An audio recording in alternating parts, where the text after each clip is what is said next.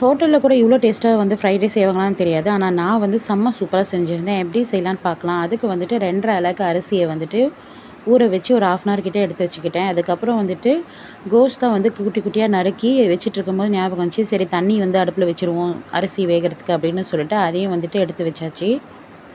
Balance இருக்கிற காய்கறியும் வெட்டிடலாம் அப்படின்னு சொல்லிட்டு பீன்ஸும் கேரட்டையும் வந்துட்டு குட்டி குட்டியாக நறுக்கிட்டு அதையும் வந்துட்டு எடுத்து வச்சுட்டு தண்ணி கொதிச்சிருச்சு. அதுக்கப்புறமா அரிசியும் அதில் தூக்கி போட்டு கொஞ்சம் உப்பு எண்ணெய் வந்துட்டு ஒட்டாமல் இருக்கிறதுக்காக லைட்டாக எண்ணெய் போட்டு அதையும் வந்து வேக வச்சு வடித்து எடுத்து வச்சாச்சு. நெக்ஸ்ட்டு வந்துட்டு ஒரு 1/2 kg கிட்ட வந்துட்டு போன்லெஸ் சிக்கன் தான் வந்துட்டு மேரினேட் பண்ணி சிக்கன் 65 மசாலாலாம் போட்டு வச்சுருந்தேன்.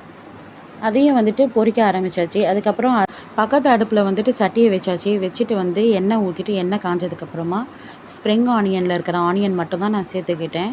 ஏன்னா அதுவே வந்து கொஞ்சம் நிறையா இருந்தது. அதனால் அது மட்டும் சேர்த்துட்டு அதுக்கப்புறம் வெட்டி வச்சுருந்த காய்கறியும் போட்டு நல்லா எண்ணெயில் வந்துட்டு பரட்டிட்டு ஒரு லோ ஃப்ளேம்லேயே 10 மினிட்ஸ் வச்சு எடுத்தோம் அப்படின்னா வந்துட்டு நல்லா காய்கறி வந்துட்டு வெந்துடும். நம்ம எண்ணெய் வந்துட்டு எண்ணெயிலே தான் வணக்க போகிறோம். ஏன்னா தண்ணி ஊற்ற போகிறதில்ல. அதனால் எண்ணெயில் வந்துட்டு நல்லா வணங்கணும் அப்படின்றதுக்காக மூடி போட்டு ஒரு 10 மினிட்ஸ் வந்துட்டு வேக வச்சுட்டேன்.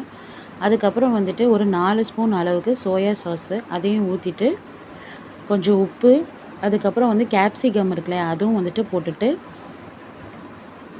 குடமிளகாவையும் நான் சேர்த்துட்டு அதுக்கப்புறம் காரத்துக்கு வந்துட்டு பிளாக் பெப்பரும் ஒயிட் பெப்பரும் தான் போட்டிருந்தேன்.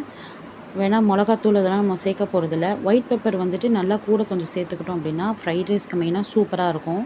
அது நல்லா வந்து டேஸ்ட்டை எடுத்து கொடுக்கும். அதனால் வந்துட்டு ஒயிட் பெப்பர் சேர்த்துக்கிட்டால் நல்லாயிருக்கும். அதுக்கப்புறம் எல்லாத்தையும் நல்லா கிளறி விட்டுட்டு லாஸ்ட்டாக வேக வச்சு எடுத்த ரைஸையும் போட்டுட்டு சிக்கனையும் போட்டுட்டு நல்லா பரட்டி விட்டுட்டு மேலே வந்து ஸ்ப்ரிங் ஆனியனை பரப்பரன்னு தூவி விட்டோம் அப்படின்னா வந்துட்டு சூப்பராக வந்து ஃப்ரைட் ரைஸ் ரெடி ஆகிடும். அவ்வளோதாங்க. ஹோட்டலில் கூட ஓரளவுக்கு மேலே நம்மளால் சாப்பிட முடியாது, வந்து திகட்ட ஆரம்பிச்சிடும். ஆனால் இது வந்துட்டு செம்ம சூப்பராக இருந்தது. நம்ம வீட்டிலே கைப்பட செய்கிறோம் அப்படின்னா வந்துட்டு அதோட டேஸ்ட் தனி தானே. கடையில் வந்துட்டு அஜினோமோட்டோ அதெல்லாம் சேர்ப்பாங்க. அதனால் நம்ம குழந்தைங்களுக்குலாம் கொடுக்க முடியாது. ஆனால் இது அப்படி கிடையாது. கைப்பட நம்ம செய்யும் போது வீட்டில் நம்ம பசங்களுக்கும் கொடுக்கலாம். உண்மையாக வந்துட்டு என்னென்ன வந்து போட்டோனோ அது எல்லாமே வீடியோவில் போட்டிருக்கேன். வீடியோ பிடிச்சிச்சுன்னா மறக்காமல் லைக் பண்ணிக்கோங்க, ஷேர் பண்ணிக்கோங்க. உங்கள் ஃப்ரெண்ட்ஸ்க்கெலாம் ஷேர் பண்ணுங்கள். மறக்காமல் சப்ஸ்கிரைபும் பண்ணிக்கோங்க. தேங்க்யூ.